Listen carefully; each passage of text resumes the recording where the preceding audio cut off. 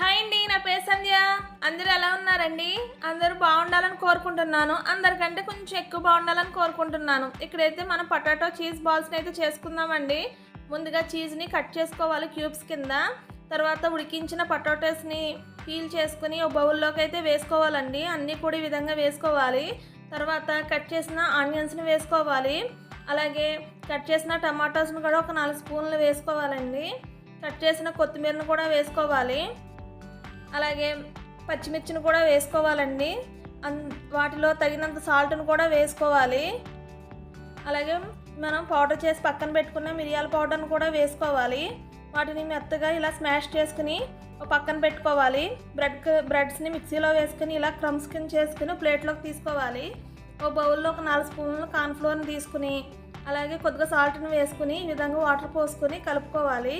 ముందుగా మనం రెడీ చేసి పెట్టుకున్న పొటాటో మిక్స్ని ఈ విధంగా చూపిస్తున్న విధంగా చేసుకోవాలండి. అలాగే చీజ్ని పెట్టి రౌండ్ బాల్లా చేసుకోవాలి.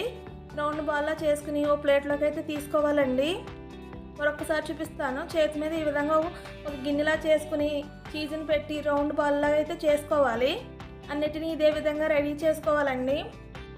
పక్కన బ్రెడ్ క్రమ్స్, కార్న్ఫ్లోర్ను కూడా పెట్టుకోవాలి. వాటర్లో మిక్స్ చేసింది ఈ విధంగా చీజ్ బాల్ని తీసుకుని కార్న్ఫ్లోర్లో మిక్స్ చేసుకోవాలి. డిప్ చేసుకున్న తర్వాత బ్రెడ్ క్రమ్స్లో పెట్టుకుని ఈ విధంగా బాగా కోట్ అయ్యేటట్టుగా చేసుకోవాలండి.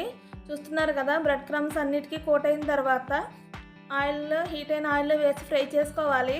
ఇక్కడ వీడియో స్టక్ అయిందండి, అందుకనే నేను వీడియో పెట్టలేదు. ఇలా ఫొటోస్ యాడ్ చేస్తున్నాను చూడండి. ఈ విధంగా ఫ్రై అయిన తర్వాత గోల్డెన్ బ్రౌన్ కలర్ వచ్చిన తర్వాత ఒక టిష్యూ వేసిన ప్లేట్లోకి అయితే తీసుకుని టమాటో కచప్తో సర్వ్ చేసుకుంటే tasty cheese potato balls ready. మీకు ఈ వీడియో నచ్చితే please comment, like, share, subscribe. Thank you for watching. Bye.